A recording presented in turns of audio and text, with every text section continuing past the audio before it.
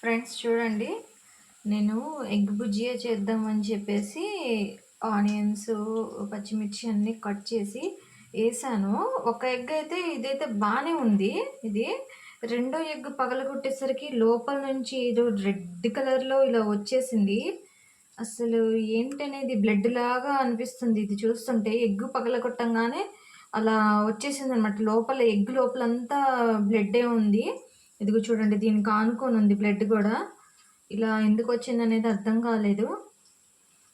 ఇది ఏడేటో తయారు చేస్తున్నారు ఎగ్స్ కూడా బయట. మరి ఇలా ఎందుకు వచ్చిందో ఏందనేది తెలియట్లేదు.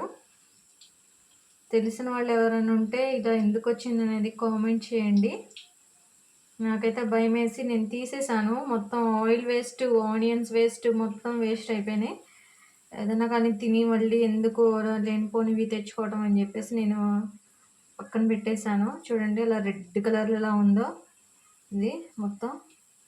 చూడండి ఇలాగా ఇదంతా రెడ్ వచ్చేసింది ఇదంతా. సో మీకు ఎవరికైనా తెలిస్తే ఎందుకు ఇలా వస్తుందనేది కామెంట్ చేయండి.